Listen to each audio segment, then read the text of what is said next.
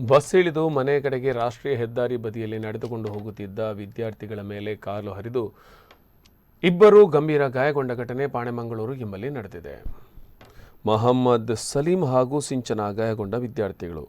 ಸಜೀಪ ಕಾಲೇಜಿನ ವಿದ್ಯಾರ್ಥಿಗಳಿಬ್ಬರು ಬಸ್ಸಿನಿಂದ ಇಳಿದು ಮನೆಗೆ ತೆರಳುವ ವೇಳೆ ಮಂಗಳೂರು-ಬೆಂಗಳೂರು ರಾಷ್ಟ್ರೀಯ ಹೆದ್ದಾರಿಯ ಪಾಣೆಮಂಗಳೂರು ಬಸ್ ನಿಲ್ದಾಣದಿಂದ ಸ್ವಲ್ಪ ಮುಂದೆ ಚಾಲಕನ ಅಜಾಗರೂಕತೆಯಿಂದ ಕಾರು ವಿದ್ಯಾರ್ಥಿಗಳ ಮೇಲೆ ಹರಿದು ಬಳಿಕ ಚಾಲಕನ ನಿಯಂತ್ರಣ ತಪ್ಪಿ ಪ್ರಪಾತಕ್ಕೆ ಉರುಳಿ ಬಿದ್ದಿದೆ. ಈ ಘಟನೆಯಿಂದ ವಿದ್ಯಾರ್ಥಿ ಮೊಹಮ್ಮದ್ ಸಲೀಂ ಗಂಭೀರವಾಗಿ ಗಾಯಗೊಂಡು ಮಂಗಳೂರಿನ ಖಾಸಗಿ ಆಸ್ಪತ್ರೆಯಲ್ಲಿ ತುರ್ತು ಚಿಕಿತ್ಸಾ ವಿಭಾಗದಲ್ಲಿ ಚಿಕಿತ್ಸೆ ಪಡೆಯುತ್ತಿದ್ದಾನೆ. ಸಿಂಚನ ಎಂಬ ವಿದ್ಯಾರ್ಥಿನಿಗೂ ಗಾಯವಾಗಿದ್ದು ಅವಳು ಖಾಸಗಿ ಆಸ್ಪತ್ರೆಯಲ್ಲಿ ಚಿಕಿತ್ಸೆ ಪಡೆಯುತ್ತಿದ್ದಾರೆ. ಮೆಲ್ಕಾರ್ ಟ್ರಾಫಿಕ್ ಎಸ್ಐ ರಾಜೇಶ್ ಸ್ಥಳಕ್ಕೆ ಭೇಟಿ ನೀಡಿ ಪರಿಶೀಲನೆ ನಡೆಸಿದ್ದಾರೆ. ಪ್ರಕರಣವನ್ನು ದಾಖಲಿಸಿಕೊಂಡಿದ್ದಾರೆ. ಪ್ರಪಾತಕ್ಕೆ ಉರುಳಿದ ಕಾರನ್ನು ಕ್ರೇನ್ ಬಳಸಿ ಮೇಲಕ್ಕೆ ಎತ್ತಲಾಗಿದೆ. ಕಾರು ಸಂಪೂರ್ಣ ಜಖಂಗೊಂಡಿದೆಯಾದರೂ ಕಾರಿನಲ್ಲಿದ್ದ ಚಾಲಕ ಪ್ರಯಾಣಿಕರಿಗೆ ಯಾವುದೇ ಗಾಯವಾಗಿಲ್ಲ.